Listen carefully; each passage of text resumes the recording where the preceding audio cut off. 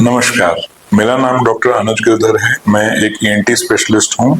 आज हम बात करने जा रहे हैं नक्सील यानी नोज ब्लीड यानी कि एपिस्टैक्सिस के बारे में। ये जैसे आप सबको पता है बहुत ही कॉमन बीमारी है। हमारे सबके आसपास कोई ना कोई ऐसा पेशेंट होगा, जान पहचान में होगा, जिनको नक्सील आती रहती है या कभी ना कभी आई है। पहले तो ये समझ लेते हैं कि ये होता क्यों है। कारणों में सबसे पहले तो खून के कारण, कोई खून पतला करने की दवाई चलना या कोई खून की ऐसी बीमारी होना जिस वजह से खून पतला है, कोई लिवर की बीमारी है जिन वजह से खून पतला है, एक तो वो कारण। दूसरा ब्लड प्रेशर। सबसे आम कारण एक ब्लड प्रेशर का है कि खून का प्रेशर ज्यादा है नसों में, कोई ना कोई नस उससे लीक करना शुरू कर देती है। फिर आते हैं नाक के कारणों पे।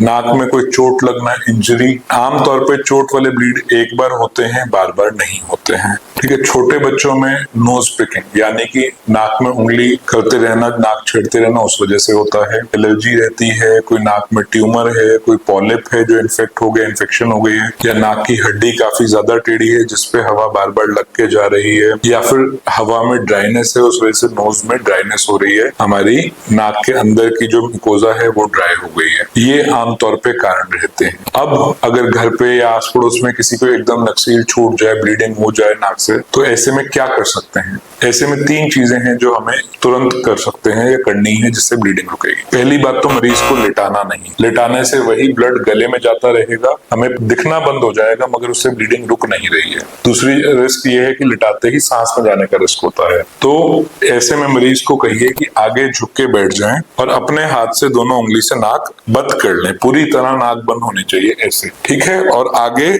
झुक के मुंह खोल के बैठ जाएं। उससे क्या है, एक तो प्रेशर बना रहेगा नाक पे, दूसरी चीज जो गले में खून जा रहा है मुंह खोल के आगे की तरफ करके बैठ जाएं, उससे निकलता रहेगा। दूसरी चीज, बर्फ का सेक करें। ठंडी चीज से ब्लीडिंग रुकती है। ठीक है। नाक पे, यहाँ पे घर में बर्फ होगी, बर्फ को एक कपड़े में डाल के उससे सेक करें। तीसरी चीज, नाक की अगर कोई मेडिकेशन है ऑर्ट्रिविन या आसपास कोई बॉटल क्लॉट ऐसी कोई दवाई पड़ी है तो नाक बंद करे ऊपर करके खोल के 2 बूंद डाल के फिर बंद कर लीजिए। 20 से 25 मिनट ऐसे बैठने पर आमतौर पे 70-80% नॉर्मल वाली जो नक्सीर है वो सेटल हो जाती है। जिन लोगों में नहीं होती है, बार बार होती है, उनके लिए आपको हॉस्पिटल जाना चाहिए, नियरेस्ट, या किसी अच्छे ईएनटी सर्जन को दिखाना चाहिए। उसमें फिर वो दूरबीन से चेक करेंगे कि क्या कारण है। तो एक बार ये सब चेक हो गया तो अगर ब्लीडिंग फिर भी नहीं कंट्रोल हो रही, नहीं रुक रही, तो अपने पास और क्या ऑप्शन है? इसमें फिर 2 ऑप्शन आते हैं। एक तो ये है कि नाक में पट्टी डाल दी जाए। अगर कहीं पे पेरिफेरी में है जहाँ पे सारा इक्विपमेंट नहीं है तो ऐसे में नाक में पट्टी डाल दी जाती है। उसको मेरोसील भी बोला जाता है। वो नाक के अंदर डालते हैं और उसके बाद 48 घंटे के लिए कम से कम रखते हैं ताकि जो भी कारण है ब्लीडिंग का हम उसको सेटल कर सकें। तब तक अगर बीपी ज्यादा है तो बीपी की दवाइयां चले, बीपी सेटल हो जाए, ताकि जब पट्टी निकाली जाए तो ब्लीडिंग रुक चुकी हो। दूसरी चीज, उससे एक प्रेशर बना रहता है। अगर यहाँ ब्लीडिंग हो रही है तो हम प्रेशर दबा के रखते हैं तो उससे ब्लीडिंग रुक जाती है।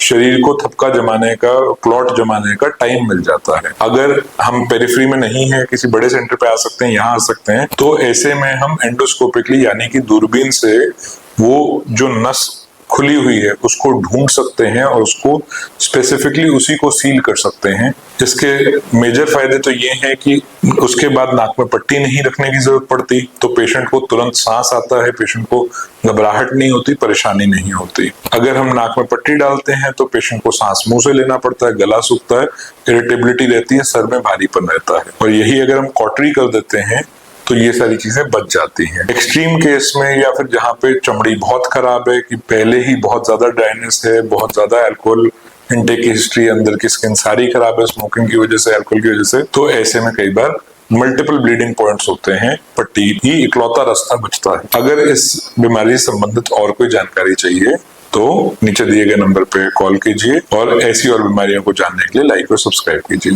Thank you.